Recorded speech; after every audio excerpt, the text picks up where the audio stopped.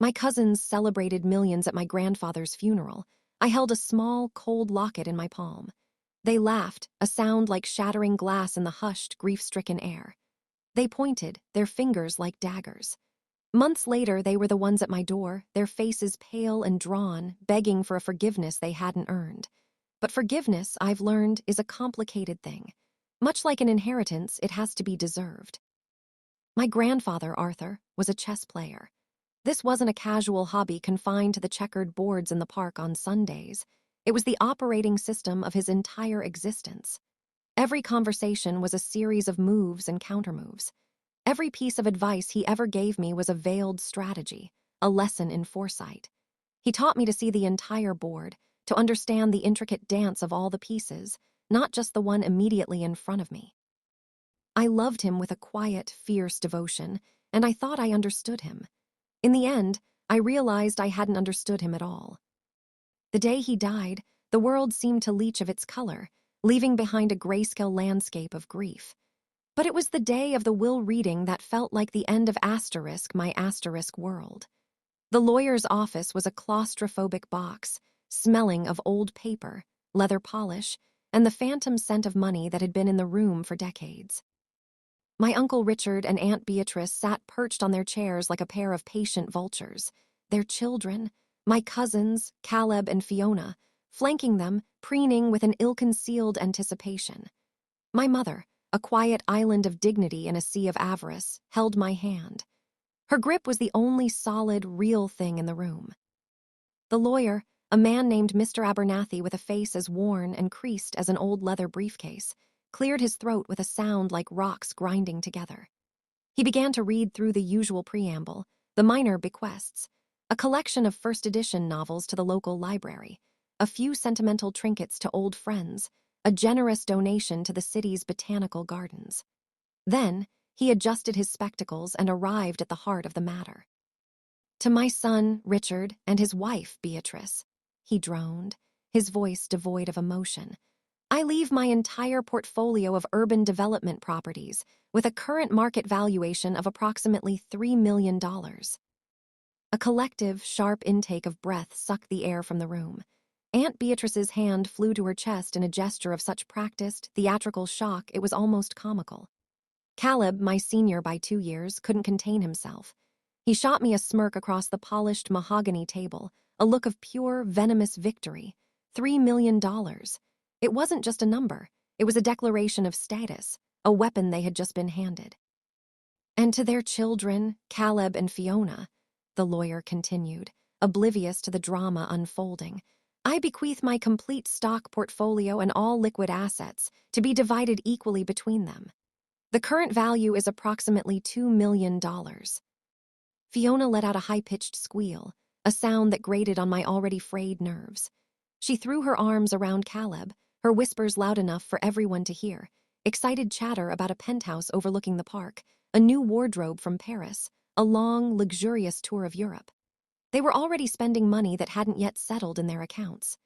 My mother squeezed my hand tighter, a silent, desperate message of support. I just stared at a hairline crack in the plaster on the wall, feeling myself shrinking, becoming smaller and more insignificant with every dollar sign they mentally tallied. "And finally," Mr. Abernathy said, his gaze finally shifting to me, peering over the top of his spectacles, "to my beloved granddaughter, Alara, the child of my late son, David, a young man who always understood the profound value of things that cannot be bought or sold." A tense hush fell over the room. Caleb leaned forward, his eyes glinting with malicious curiosity. This was it, the grand finale of my public humiliation. "To Alara," the lawyer read, his voice softening for the first time, "I leave my old silver locket and the contents therein. May it be the key that guides her to her true inheritance." He slid a small, tarnished silver locket across the vast expanse of the desk. It was oval, etched with a delicate weeping willow, and it felt impossibly light, almost hollow in my trembling hand. The silence in the room stretched for a beat, thick and heavy, and then Caleb broke it with a laugh. It wasn't a chuckle or a snicker. It was a loud, barking sound of derision that echoed off the book-lined walls. "A locket," he sneered, his face alight with contempt. A worthless piece of junk from a flea market. I guess that's what you get for being the principled one, Alara. Do enjoy your true inheritance. Fiona, never one to be left out, joined in, her laughter like the tinkling of broken glass. Oh, how quaint. Maybe it's filled with his ashes, darling.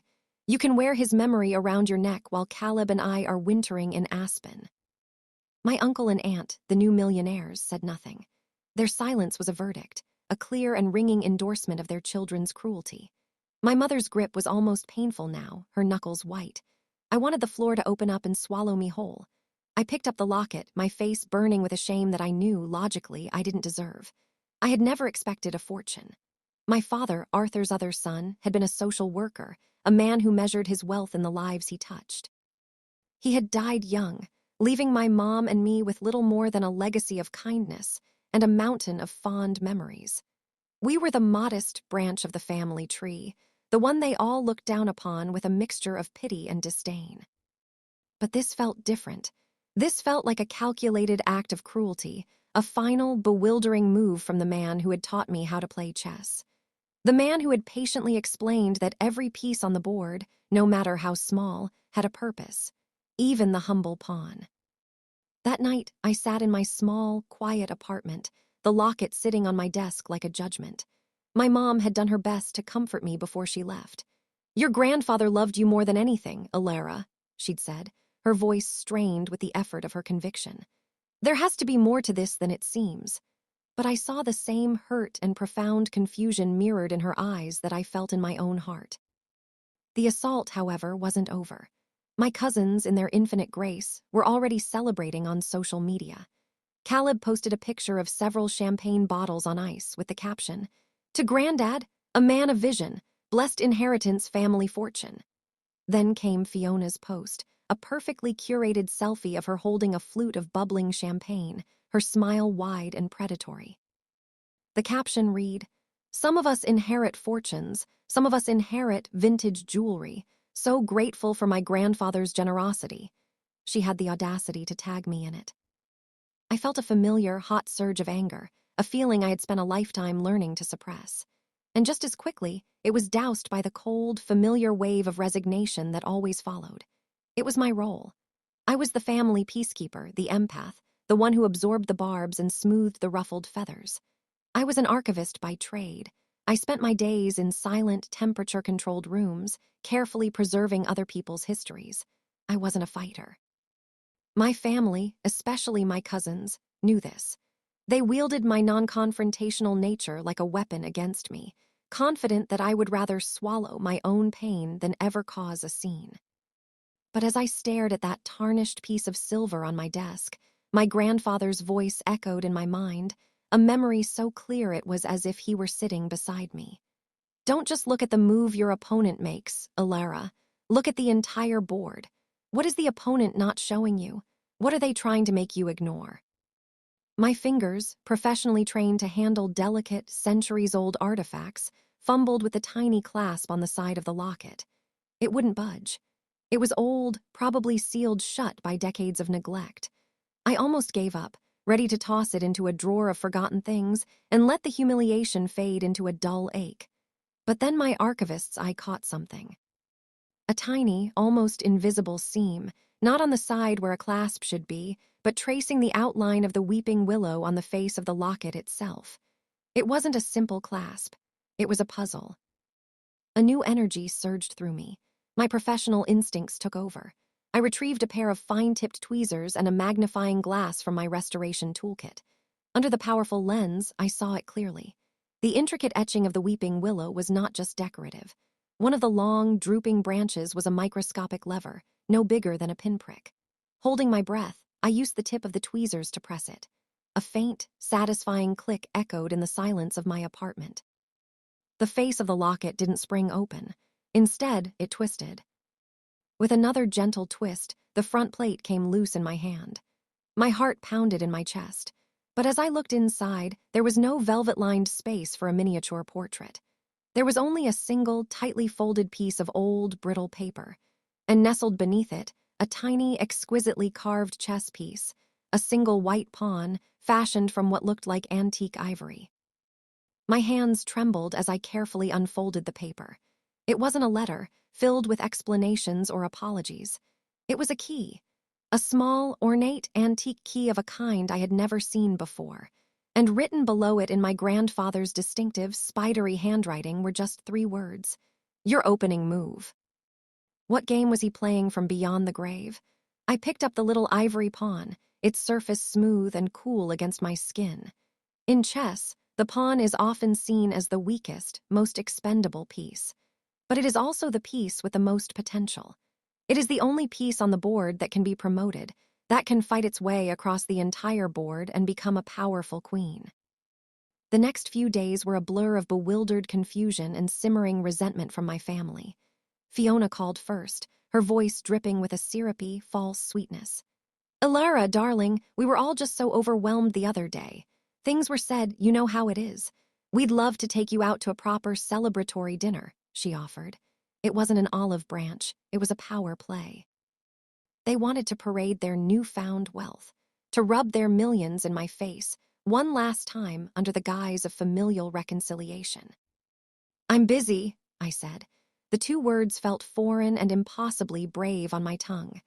The line was silent for a moment before Caleb's voice cut in from an extension.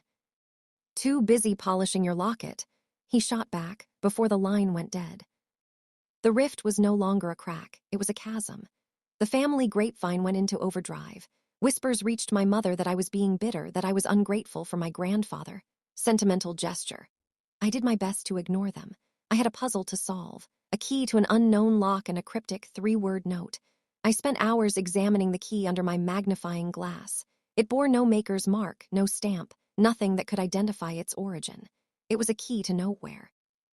The answer, when it finally came, was so simple I felt foolish for not thinking of it sooner. My grandfather was an archivist of a different sort. He didn't collect documents, he collected memories. He had dozens of old, leather-bound photo albums, which my mother had inherited upon his death. I spent an entire weekend sifting through them, the nostalgic smell of old paper and dried glue filling my small apartment, a scent that was both comforting and melancholic. And then, in a dusty album from the 1960s, I found it. A faded, black-and-white photograph of a much younger Arthur. He was handsome, beaming with a joy I had rarely seen, standing proudly in front of a rustic stone building. A sprawling vineyard stretched out behind him under a bright, European-looking sun. He was holding a glass of wine, and dangling from a fob on his belt was the exact same ornate, unmistakable key. With trembling fingers, I flipped the photo over. On the back, written in his familiar, elegant script, were a few lines. "Domaine de la Tour Silencieuse, the place my other heart resides, Provence, France." The Silent Tower Estate. A frantic search online confirmed its existence. It was a small, private vineyard and chateau nestled in a remote, picturesque part of Provence. It wasn't listed as a hotel or a tourist destination. It was private property, and public records showed no clear owner. Could this be it? My inheritance, a trip to France? The idea seemed preposterous, a flight of fancy. But the little ivory pawn sat on my desk, a silent promise. A pawn's journey is a long one, I reminded myself. It moves one methodical square at a time. This had to be my first square. Using the bulk of my meager savings, I booked a one-way flight to Marseille. I told my mother I was taking a personal trip, a much-needed break to clear my head. I couldn't bring myself to tell her the real reason. I couldn't bear the thought of planting a seed of false hope in her heart, only to have it wither. As I sat on the plane, waiting for takeoff, my phone buzzed with an incoming text message. It was from my Uncle Richard. "Elara, your cousins are in the process of finalizing the property transfers. The family feels it would be a significant gesture of goodwill if you would sign a legal waiver, foregoing any future claims on the estate. It would go a long way toward healing this unfortunate rift." They weren't just content with their millions. They wanted to methodically and legally erase me from the equation entirely. They wanted to ensure the pawn never had a chance to leave its starting square. With a sense of finality, I turned my phone off.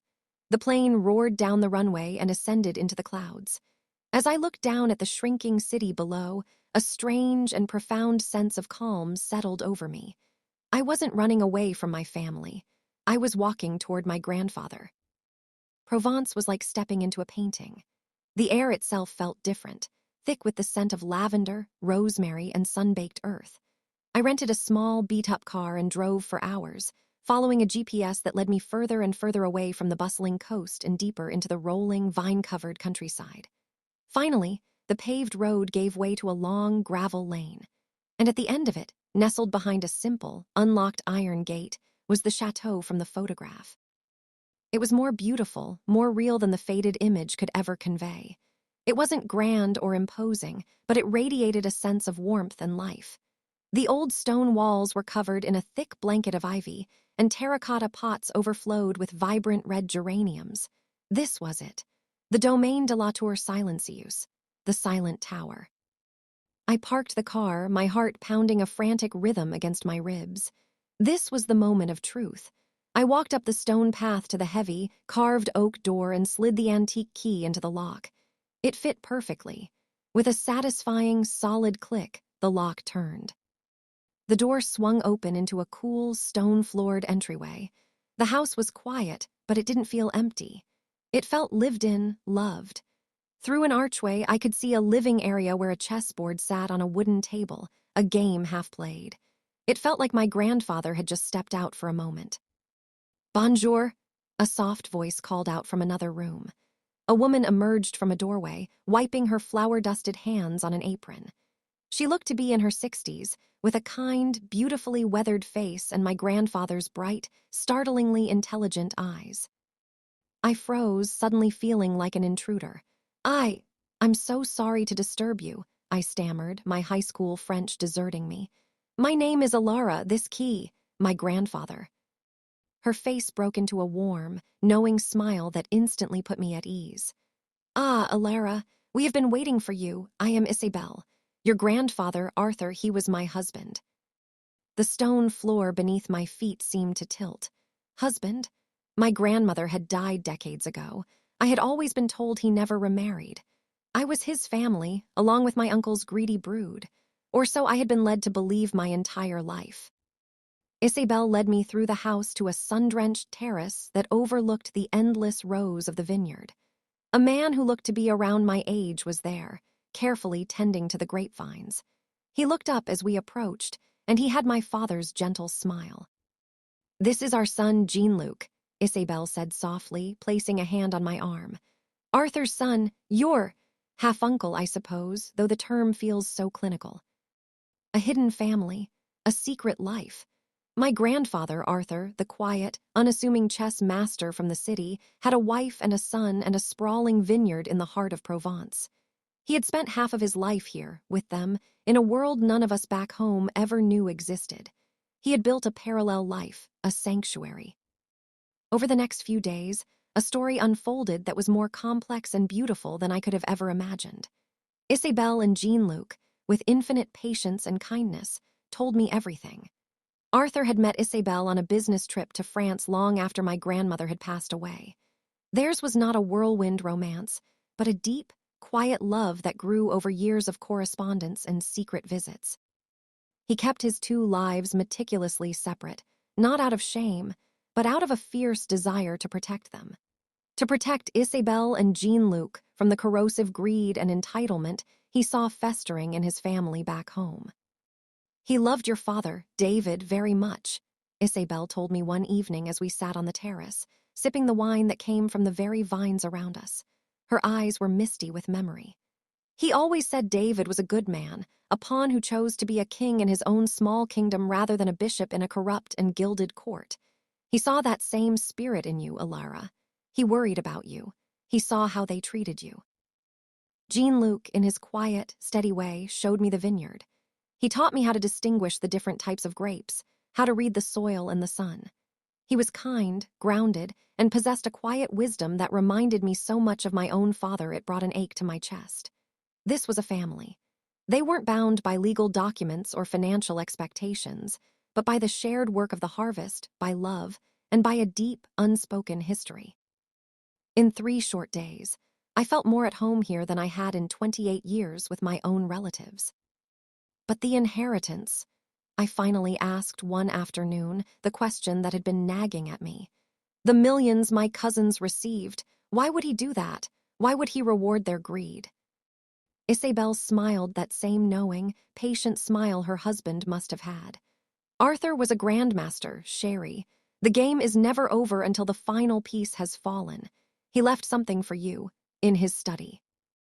The study was located in the old stone tower that gave the estate its name. It was a circular room, lined from floor to ceiling with books on history, philosophy, and chess. It smelled of old wood, pipe tobacco, and my grandfather. And there, on his large, antique desk, was a sleek, modern laptop and a thick envelope with my name on it. With trembling hands, I opened the envelope. Inside, there was a single sheet of paper. "My dearest Alara," it began in his beloved script. "If you are reading this, it means you have successfully completed your opening. You saw the whole board, not just the pieces in front of you. I have never been more proud. What your cousins inherited was not a fortune, but a test. A final, elaborate gambit. Now it is time for the checkmate. Watch the video. All my love, Grandpeer." My hand was shaking so badly, I could barely use the mouse to click on the single video file on the laptop's desktop. It was labeled simply, "The Queen's Gambit." I clicked play. My grandfather's face filled the screen. He looked older than I remembered, more tired, but his eyes were as sharp and clear as ever. He was sitting in this very study, the afternoon light streaming in through the window behind him. "Hello, Alara," he said, and his voice was so warm and familiar it felt like a physical touch. "And hello, Richard, Beatrice, Caleb, and Fiona. I trust you are watching this as well." He went on to explain that he had arranged for a copy of this video to be delivered to his lawyer, with strict, legally binding instructions to play it for my uncle's family exactly 30 days after the initial will reading. That would have been yesterday. "Richard," my grandfather said, and his voice took on a hard, steely edge. "The urban development properties I left you are, as you well know, heavily leveraged. It's the nature of the business. What you don't know is that for the past 5 years, I have been systematically and legally redirecting their profits, their very lifeblood, into a protected trust. The properties themselves are now little more than a hollow shell, burdened with far more debt than they are worth. By accepting them into your name, you have also accepted that crushing debt. Congratulations, you are the proud new owner of a $3 million liability." My jaw dropped. I stared at the screen, speechless. "And Caleb, Fiona," he continued, a flicker of a sad smile playing on his lips. "Your valuable stock portfolio. Did you bother to look closely at what you inherited? Or were you too busy counting your chickens? It is composed almost entirely of shares in a single company, Legacy Holdings International, a company I created 2 years ago. Its only asset, the mountain of debt from Richard's properties, and the $2 million in liquid assets you were so excited about. They are legally tied up as collateral against that same debt. You have inherited a beautifully packaged, ornate, and utterly worthless box of air. You celebrated a phantom." He let the silence hang in the air for a long moment, letting the weight of his words sink in. "You accused Alara of wanting it all," he said, his voice dropping to a low, powerful register. "The irony is, I left you with exactly what you truly value, the illusion of wealth, an empty status symbol you could flaunt. You mocked her for inheriting a simple locket, but you failed to see its value, just as you have failed to see the value in family, integrity, and love your entire miserable lives. The real inheritance," he said, his eyes finding the camera, seeming to look right through the screen and into my soul, "is this." He gestured around the book-lined study. "The Domaine de la Tour Silencius. This vineyard, this house, this life. It is held in a protected trust of which you, Alara, are the sole beneficiary. It is profitable, it is unencumbered by debt, and it is yours. It is a place built on love and hard work, not on greed and shortcuts. Isabel and Jean-Luc will help you manage it. They are your family, your asterisk real family. I have played my final move," he concluded, his voice firm. "Your king is in check. What you do next is up to you. But know this, the board is clear, the game is over. Checkmate." The screen went black. I sat there in the silence of the tower as tears streamed down my face. They weren't tears of sadness, but of overwhelming, cathartic release. It was never about the money. It was the validation. It was the breathtaking, audacious, and brilliant strategy of it all. He hadn't abandoned me or dismissed me. He had trusted me. He had trusted me to be the only one smart enough and patient enough to play the game with him one last time. My phone, which I'd charged and turned back on earlier in the day, began to ring, its shrill sound startling in the quiet room. It was my mother. I answered, my voice thick with emotion.